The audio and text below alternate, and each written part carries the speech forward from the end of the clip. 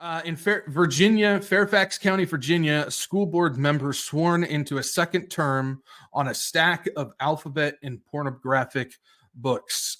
Here is the video of this. I actually had to edit the ending because he decided to, the two men in the video decided to kiss afterwards. So I edited that out for all our sakes. But here's what's going on with this.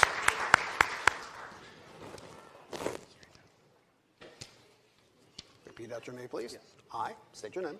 I, Carl V. Frisch, Do solemnly swear that I will support the Constitution of the United States I will support the Constitution of the United States and the Constitution of the Commonwealth of Virginia, and the Constitution of the Commonwealth of Virginia, and I will faithfully and impartially discharge all the duties incumbent upon me as the Providence Magisterial District Member to the Fairfax County School Board according to the best of my ability. Congratulations. All right. So you could see the stack of books that he was using there. Yep, as we know, that was not the Bible he was placing his hand upon. He was placing it upon a stack of alphabet agenda pornographic books, really. Pedophilia books, too.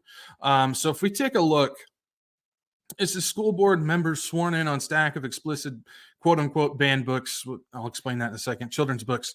Fairfax County School Board member Carl Frisch was sworn in on a second term, so this is his second term, on a stack of alphabet books for children. Those just don't go in the same sentence. According to the video of the ceremony we just looked at, the books reportedly include The Perks of Being a Wallflower, Lawn Boy, All Boys Aren't Blue, Genderqueer, and Flamer. All Boys Aren't Blue describes graphic sexual encounters involving boys, and Flamer contains sexual interactions. Genderqueer contains images of boys doing things to men as well as boys doing adult things. The images are so graphic that Florida Governor Ron DeSantis had his live news feed cut after showing the images during a press conference in March. Now, if we keep going here, you can see the stack of books. So that was the stack that he was using for this. And it says Fairfax County residents want safe and inclusive schools. No, don't want inclusive schools. That does not belong in schools whatsoever. With exceptional, well-compensated educators and equitable access to the right rigorous academic and enrichment opportunities, every student needs to succeed, Frisch said after the swearing in. I'm grateful for the trust Providence District families have placed in me with tonight's oath. That wasn't really an oath because you didn't do it properly. I commit to standing strong for these values. They are not values, that's for sure. And advancing these priorities with my new and returning colleagues. Okay, so you'll notice it says quote unquote banned books. They're not actually banned. According to the the American Library Association, these are the most challenged books. These are the ones where parents will challenge the schools from even having them in there. And so if we look at this, most challenged books by American Library Association, 4 of them are in the top 5, with the 5th one being number 6. These are the stacks. You have number 1 most challenged book is Genderqueer. Number 2 most challenged book is All Boys Aren't Blue. Number 4 most challenged book is Flamer. Number 5 most challenged book is Perks of Being a Wallflower. And number 6 most challenged books is Lawn Boy. And as we read the article, there's reasons why these are being challenged, because parents do not want them in their schools, and they are so explicit that even a live news feed was cut. And this guy decided the best thing for him to do for his second term is to swear in on these books. Now, this isn't new. We know all about the story hours, the drag queen story hours and all that stuff. But swearing in on these books isn't new, because not too long ago in Pennsylvania, another school board president sworn in with basically the same stack of books. Now, if this is some type of they got together and there's like a movement happening to do these things, or if these people are just individually doing it, I'm not sure. You just never know with how this agenda I'm not sure with how this agenda rolls, if they're that organized on this stuff. But it says here, a recently elected Pennsylvania school board president made her priorities clear this month when she was sworn in using controversial books, including sexually explicit material. On December 4th, Karen Smith, a Democrat who was elected to lead the state's third largest school district in November, was sworn in with a stack of books, including sexually explicit material. If we keep going, one of the books used in the swearing ceremony includes Flamer. So again, the same book by Mike Corrado, published in 2020. Flamer tells the story of a character who was bullied by a Boy Scouts summer camp for acting in a manner considered stereotypically gay of gay men. Fox News reported. The graphic novel includes characters discussing pornography, erections, masturbations, penis size, and an illustration that depicts naked teenage boys. This is pedophilia content, everybody.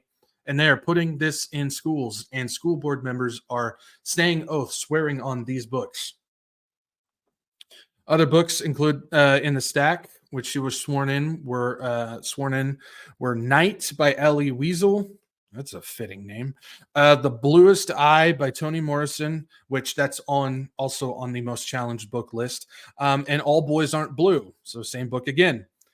At least 3 of the books Smith has sworn in were listed in the top 5 of the American Library Association's most challenged books of 2022. The National Library Group's activism promoting these books in local curriculums has led conservative policymakers in at least 9 states to begin severing ties with the ALA. There we go. Last week, Texas, which ended its tax subsidized affiliation with the ALA in August, passed new rules to keep sexually explicit books out of school libraries. We'll just see how good they are at that. These things just manage to sneak in, even if you're not associated in some type of way. As we know, we are in this time where this is the type of stuff that they're going to be injecting into schools. And I've talked about this before. We're not going to go in depth on it, but I've talked about this before, especially with the End Times New Age series, when we were talking about the SEL curriculum, the social emotional learning curriculum. This has to do with this. This doesn't have to do with just jamming in woke agenda to get people to follow along with it and whatnot. This actually has to do with a spiritual transformation to get people to believe and fall in line with this stuff. And it will go even further, because part of the on-ramp into transhumanism has to do with the alphabet agenda, getting people to slowly step into an androgynous type of being. So when you have these types of these types of books going into schools, you are trying to perform a spiritual transformation of all the children involved to get them to not only just go along with it, to actually believe in this stuff. This is not just your political wokeism type of stuff. There is a deep-rooted spiritual meaning behind this stuff. And these people who do these on the books, I don't know, I'd say a good fair share of them are probably possessed themselves, which is leading them to do such things. I mean, we've talked about it before. When you start getting into the pronoun game of they, them, and all this type of stuff, you're getting into possibly, I'm not going to sit here and say they all are, because I don't believe they all are, but a lot of them, well, Legion's back. And they're trying to inject that into schools. If you can get the kids, you can get in there and get this stuff done. So they are showing where they stand. They are showing what they're trying to accomplish. And it's just sick and perverse and twisted. And it's all about destroying the innocence of children. And again, we've seen it in slow steps. This isn't just gay books. This isn't just transgender books. No, this is now entering full-on pedophilia. Because a lot of these books that involve underage characters, there's nudity of those characters in the books. I kid you not. That's pedophilia. And this is, again, progressing into that level of things. I guess the only thing I can say, guys, is just be prepared, because it's going to get worse from here. I know those may not be the most comforting words, but again, with us as Christians, just remember, the worse it gets, the closer we are. But we know the Bible tells us it's going to get worse from here. So be prepared for that. Be prepared. Don't try and shield yourself from it, because then when it does get worse, it's going to be greater impact on you. Just be prepared for it. It's going to happen.